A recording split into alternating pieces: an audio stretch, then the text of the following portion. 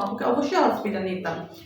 2 মনোক্ষুণ্ণতা এই কারণে যে ও বারবার মিথ্যা বলছিল, মিথ্যা বলছে, ইভেন এখন পর্যন্ত ও স্বীকার করছে না। আমার কথা হচ্ছে আমার কথা একটাই যে মনিকে উদ্দেশ্য করে আমি বলছি, দেখো মনি বা আমি চাবো আমাদের সাধারণ বাংলাদেশের যারাই আছেন আমাদের সবার কাছে অঞ্জনা রহমান কিংবদন্তি ভালোবাসার একটা জায়গা, আমাদের সবার প্রিয় অভিনেত্রী বা আমার ব্যক্তিগতভাবে আমার খুব ভালোবাসার একজন মানুষ ছিল, সারা জীবন সে আমার হৃদয়ে থাকবে। মনির কাছে আমাদের একটাই কথা যে মনি আপার সম্পত্তি পেলো কি পেলো না, যেহেতু আপু নিজে তাকে সন্তানের জায়গা দিয়েছে, আপু যদি তাকে নিজের সম্পত্তি সব দিয়ে দেয়, এগুলো নিয়ে আমি ব্যক্তিগতভাবে বলছি, আমি নাহিদ আশরাফ আন্না, আমার কোনো মাথা ব্যথা নেই। কারণ আপুর সম্পত্তি নেওয়ারও ইচ্ছা কখনো ছিল না, পাওয়ারও ইচ্ছা না, পাবও না, এটা বাস্তবতা। কিন্তু হ্যাঁ, কেন বারবার আমরা বলছিলাম যে অপমৃত্যু, আমি তো না, বড়রা বলেছিল অপমৃত্যু, যে কারণে আমরা বলেছি যে অপমৃত্যু বা আপুর চিকিৎসাটা হয়নি। আমার একটাই দুঃখ, এখন পর্যন্ত মনির উপর আমার মনোক্ষুণ্ণতা। মনি, তুমি যদি শুনে থাকো, এই ইন্টারভিউটা দেখো, তাহলে আমি এখনো বলবো, এখনো সময় আছে। আমি এটা আমার হাজব্যান্ডকে দিয়ে ওকে বলিয়েছিলাম যে তুমি অন্তত পক্ষে সবার সামনে এসে তোমার উপরে লাগানো যে খুনের অপবাদ থেকে শুরু করে বিনা চিকিৎসার যে অপবাদ আছে, তুমি আসো, সবার সম্মুখে এসে তুমি জানাও তুমি ভুল করেছো, তুমি অপরাধ যেটা করেছো সেটা হচ্ছে আপুকে চিকিৎসা করতে বিলম্ব করেছো, এই অপরাধটার জন্য তুমি ক্ষমা চাও। আমার আর তোমার থেকে চাওয়ার কিছুই নেই। এই কারণেই তোমার প্রতি আমার মনোক্ষুণ্ণতা, কিংবা আমাদের এত গবেষণা, ইভেন তোমার উপর থেকে যে মামলার চার্জশিট, ওখান থেকে কার নাম উঠানো বা তোমার নাম ক্যান্সেল করা বা রাখা, আমি চোখ বন্ধ করে তোমাকে এখন পর্যন্ত ওই জায়গাটায় রেখেছি বিধায় চোখ বন্ধ করে আমি সিগনেচার করে দিয়েছি, আমি কিছু চিন্তা করিনি। যারা মূলত শুরু থেকে এই বিষয়টাকে আমাকে উস্কানো থেকে শুরু করে, বা আমি যখন একদম ইমোশনাল মুহূর্তে ছিলাম অঞ্জনা আপার জন্য, ওই মুহূর্তে যারা বড়রা বলেছিল বা আমাদের অনেক বড় সহকর্মীরা ছিলেন যারা বলেছিল যে এটার একটা বিচার হওয়া উচিত বা মনিকে ধরা উচিত, মনির কারণে অঞ্জনা আপার মৃত্যু, অবশ্যই এটা খুন বা এটা মার্ডার, গায়ের দাগ, হ্যান ত্যান, অনেক কথা এখনো ইন্টারভিউগুলো আমি বিশ্বাস করি সোশ্যাল মিডিয়াতে আজও রয়ে গেছে, ওগুলো কিছুই ডিলিট হয়নি। আপনারা একটু ঘাটাঘাটি ঘুরলেই জানতে পারবেন যে কে কোন ইন্টারভিউতে কি বলেছে। আর আমি আমার প্রতিটা ইন্টারভিউতে একটা কথাই বলেছি, মনির সবচেয়ে বড় দোষ মনি মিথ্যা কথা বলে। আজকে মনির মিথ্যার জন্য মনি ধরা পড়েছে বা মানুষের কাছে কালা হচ্ছে। আমি কোনো ইন্টারভিউতে বলিনি মনি মার্ডারার, মনি খুনি। হ্যাঁ, আমি এটা বলেছি মনি মিথ্যার জন্য, আজকে মিথ্যা বেশি বলার কারণবশত মনি সবার কাছে কালার। আর একটা কথা বলেছি যে আমার বিশ্বাস হচ্ছে না একটা মানুষের ইনস্ট্যান্ট এতগুলো অর্গান চলে যেতে পারে। আপুর চিকিৎসা দেরি করার ফলবশত আপু আমাদেরকে ছেড়ে চলে গেছে। চিকিৎসাটা হ্যাঁ, হায়াত মত আল্লাহর হাতে, কিন্তু আমরা চিকিৎসা করে দেখতে পারতাম। তো আমার এটাই বলার ছিল যে বড়রা যখন সব কিছু করলো, আজকে তারা সবাই মনির কাছে ভালো, আমি এবং বিপ্লব শরীফ যারা আমরা সাহসী কণ্ঠ বলতেন, আমি বলবো আমরা এখন পর্যন্ত কিছু বা হই নাই, তো আমরা আজকে খারাপ, তো আমার এতে কিছু যায় আসে না। আপনি তো হুমকির শিকারও পেয়েছেন। হ্যাঁ, আপনি অনেক হুমকি শিকার পেয়েছেন। লাস্ট যখন মনির বিসিতে আসার কথা ছিল, সেই টাইম হ্যাঁ ফাইনাল মিটিংটি ছিল, আসে নাই।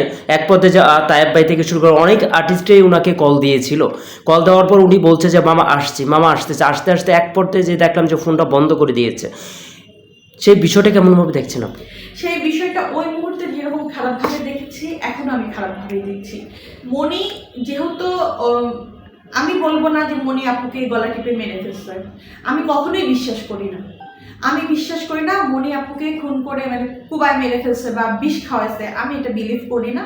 আমি মনিকে আজকে 8 থেকে 9 বছর ধরে চিনি, মনি এটা করার ছেলে না। কিন্তু হ্যাঁ, মনি যে ভুলটা করেছে সেটা হচ্ছে চিকিৎসা করতে দেরি করে ফেলেছে, কিংবা ও আমাদেরকে না বলে ও একা সব করতে যে সব এলোমেলো করে ফেলেছে।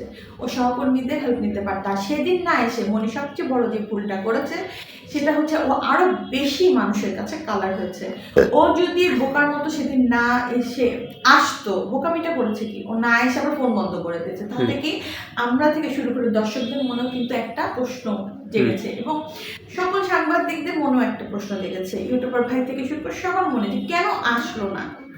মনে যদি সেদিন ভয়টা না পেয়ে বা চিন্তা না করে ও একটু বোকামিই করেছে। ও যদি সেদিন আসতো এবং ওপেনলি সবার সাথে কথাগুলো ক্লিয়ার করতো, তাহলে আজকে এত কথা এত কিছু লাগতো না। আর আমি একই কথা বারবার বলছি, সেদিন এসেও যদি মনি সবার কাছে বলতো যে হ্যাঁ আমি ক্ষমা চাচ্ছি, আমার ভুল হয়ে গেছে, যে আমি আম্মুর, তো আম্মুই বলে আপুকে যে ওনার অঞ্জনা রহমানের ট্রিটমেন্ট করতে আমি দেরি করে ফেলেছি। আমার বিশ্বাস আমাদের শিল্পী সমিতি থেকে শুরু করে আমরা সবাই তাকে ক্ষমা করে দিতাম। ইভেন এখন আমরা তাকে, সে যদি একবার স্বীকার করে নেয়, আমরা সবাই তাকে ক্ষমা করে নিব এবং আমরা তার পাশে আগেও যেমন ছিলাম এখনো থাকবো। বরং ও এটা না করে আরো জলকে ঘোলা করছে।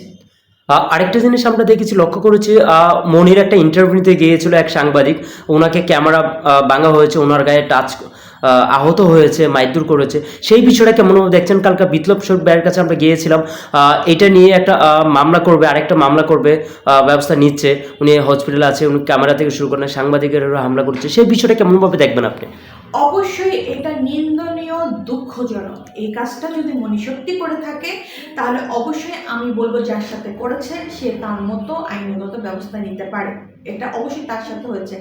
এছাড়া আমাদের সাংবাদিকদের গায়ে হাত তোলা এটা অনেক বড় অপরাধ। এটা নিয়েও কিন্তু অনেকদিন আগের একটা কেলেঙ্কারি ঘটেছিল, সেখানে যদি মনি এটা করে থাকে অনেক বড় ভুল করেছে। আর একটা ভুল পথে ও পা দিল।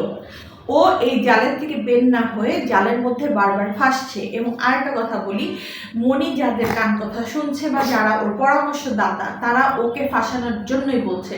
ও যদি মনে করে যে তাকে ভালোর জন্য কেউ বলছে, তাহলে ভুল। মনিকে ব্যক্তিগতভাবে কেউ ভালো জানে না।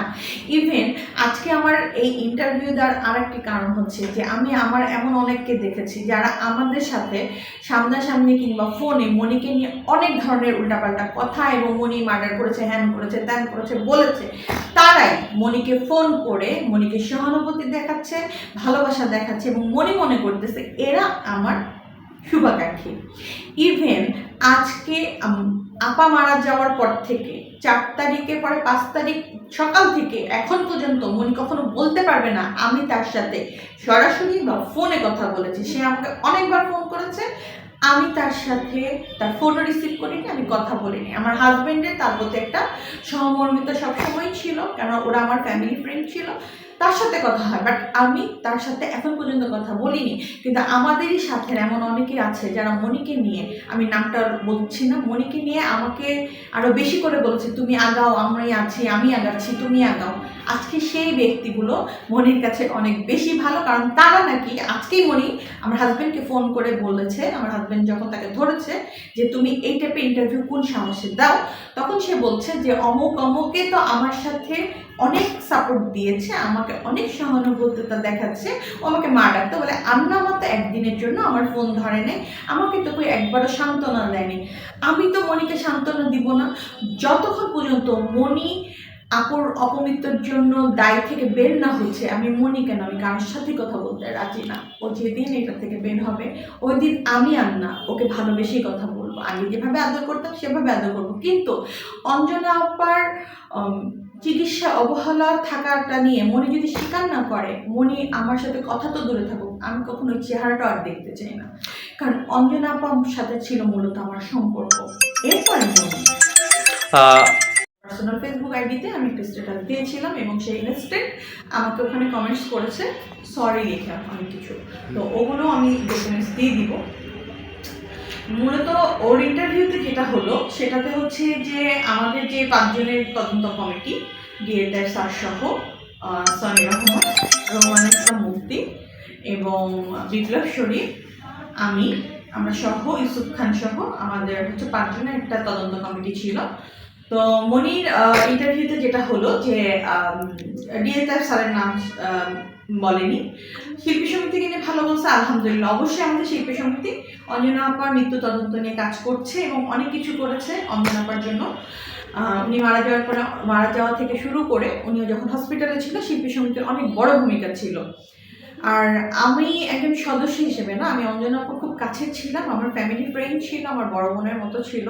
ওর চলে যাওয়াটা আমি নিতে পারিনি এবং ওকে ওই অবস্থায় আইসিইউতে দেখবো এটা আমি হজম করতে পারিনি। তো মনির ইন্টারভিউতে আসি, মনির ইন্টারভিউতে যেটা ছিল যে তার কাছে এখন সবাই ভালো, শুধু 2 জন ব্যক্তির নাম সে উল্লেখ করেছে। তার মধ্যে হচ্ছে আমার কথা বলেছে নাহিদ আশরাফ আন্না এবং বলেছে বিপ্লব শরীফ। সে আমাদের দুজনকে নিয়ে বলছে যে আমরা তাকে নিয়ে মিথ্যা রটাচ্ছি এবং আমাদেরকে একটা অভিযোগ দিয়েছে, এছাড়া বাকি সবাই কথা সে ভালো বলেছে। তো ও কি বললো তাতে আমার কিছু যায় আসে না। আমাকে ওর মতো একটা ছেলে খারাপ বলুক ভালো বলুক আমার কিছু যায় আসে না। হ্যাঁ, আমি মনের উপরে অনেক মনোক্ষুণ্ণতার কারণ একটাই, সরি একটা না, দুটো মনোক্ষুণ্ণতা। প্রথম কারণ, যখন অঞ্জনা আপা হসপিটালে যায়নি, বাসায় ছিল, আমি ওদের এত কাছে বা আমার হাজব্যান্ড ওদের এত কাছে সাগর সিদ্দিকী, ওর এটা ওটা প্রয়োজনে যদি আমাদেরকে ফোন করতে পারে কিংবা রাতেরবেলা আমরা গল্প করার জন্য যদি ঘন্টার পর ঘন্টা কথা বলতে পারি, সেখানে সে আমাদেরকে জানায় নাই। আমার প্রথম মনোক্ষুণ্ণতা, মনি আমাকে একবারের জন্য, নর্মালি কথা হচ্ছে কিন্তু একটি বারের জন্য বলে নাই এতটা অসুস্থ। তাহলে আমি ইনস্ট্যান্ট আমরা যে